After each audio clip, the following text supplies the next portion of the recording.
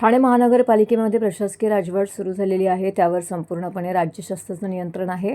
महापालिकेत लोकप्रतिनिधी नसल्यामुळे प्रशासन नागरिकांची समस्या ऐकून घेत नसल्याने सर्वसामान्य जनतेला प्रचंड मनस्ताप सहन करावा लागत आहे।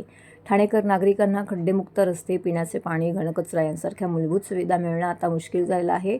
महानगरपालिकेला स्वतःची कचराभूमी नाही, त्यातच शहरात कचराकोंडी झाल्याने काँग्रेसच्या वतीने महापालिका मुख्यालयासमोर धरणे आंदोलन करण्यात आलं होतं।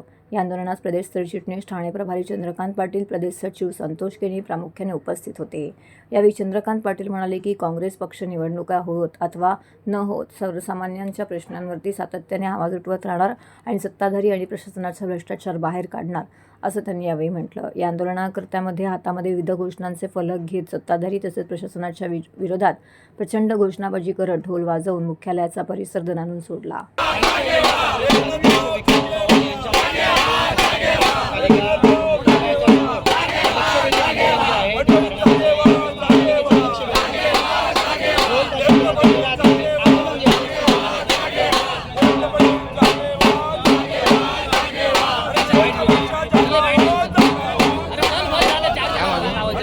परवा सांगितलेले आहे की 2700 कोटीचा कचऱ्याचा टेंडर केवळ कमिशनसाठी 10 वर्षासाठी काढलेला असताना तुम्ही बघितला ह्यांचा पोल खोल झालेला आहे।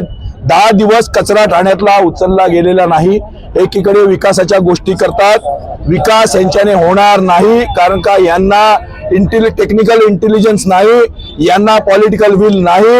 हे अशिक्षित लीडर लोक आहेत, यांना फक्त लोकांची माणसं फोडण्यामध्ये, स्वतःमध्ये आणि स्वतःचे दरवाजे उघडण्यामध्ये आणि गाड्या, त्यांना वाटलं काँग्रेसचे 2-4 कार्यकर्ते चिल्लर फोडले म्हणजे त्यांनी काँग्रेस ठाणे जिंकली। अजिबात नाही। ठाणेकर बेहाल आहेत, कचऱ्याची समस्या आहे, क्लस्टरची दडपशाही आहे, क्लस्टरवरती दादागिरी करतायत, मोठे मोठे बिल्डर आणून त्यांच्याकडनं हप्ते गोळा करून, सुगी बिल्डर असेल, दामजी शामजी असेल, मोठे मोठे बिल्डर आणून लोकांवर दडपशाही आणतायत, म्हाडाच्या वसाहतींवर दडपशाही आणतात। एकीकडे कचऱ्याची ढीग आहेत, एकीकडे पाण्याची समस्या आहे, एकीकडे वाहतूक कोंडी आहे।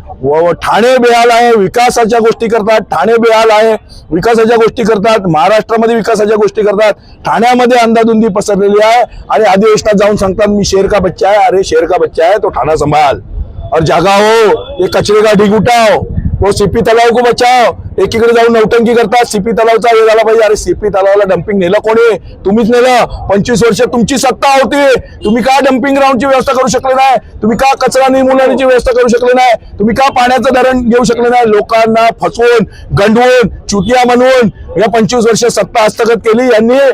खोपकर मर्डर केस नंतर सत्ता हस्तगत केली, लोकांना गंडवतात, महापालिकेच्या अधिकाऱ्यांना हाताशी धरतात। पहिला बुरपुले असायचा, आता पाटोळे आहे, मध्ये आता मनीष जोशी आहे, सगळे अधिकारी, आता एक संदीप माळे आहे, अधिकाऱ्यांना जवळ करून मलिदा गोळा करतात, बिल्डर लोकांना कॅबिन मध्ये बसवतात, बिल्डर लोकांकडे पैसा गोळा करतात। मात्र जनतेची चाड नाही। शासकीय निधी आणली 1000 कोटीची, 1500 कोटीची शासकीय निधी आणली, गटार पायवाटा करण्यासाठी आणली। शासकीय निधीमधून डम्पिंग ग्राउंड बनवू शकले असते, धरण बनवू शकले असते, वाहतूक कोंडी सोडू शकले असते, परंतु त्याची चाड नाही। शैक्षणिक धोरण, शिक्षण, शैक्षणिक भूखंड यांनी लाटलेले आहेत। प्रत्येक नेत्याने शैक्षणिक भूखंडांचा भ्रष्टाचार केलेला आहे।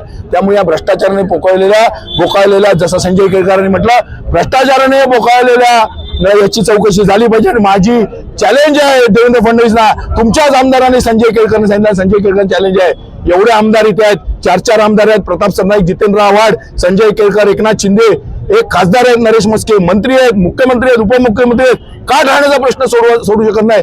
महाराष्ट्राला शहाणपण शिकवायला जातात, आधी ठाणं सांभाळा, ठाण्याची जागीर सांभाळा, ठाण्याच्या लोकांना सुटकेचा श्वास द्या। आणि म्हणूनच तुम्हाला वाटत असेल काँग्रेस संपेल, काँग्रेसचा छळ केला जाईल, अफजल खानासारखा काल म्हणाले, अजिबात नाही। काँग्रेस संपणारी नाही। काँग्रेस तुमचा मुघलाई अफजल खान रूपी तुमचा जो वेश आहे तो पलटल्याशिवाय राहणार नाही। ठाणे काँग्रेस समर्थ आहे आणि जेव्हा जेव्हा लोकांवर अन्याय होईल ठाणे काँग्रेस रस्त्यावर उतरेल।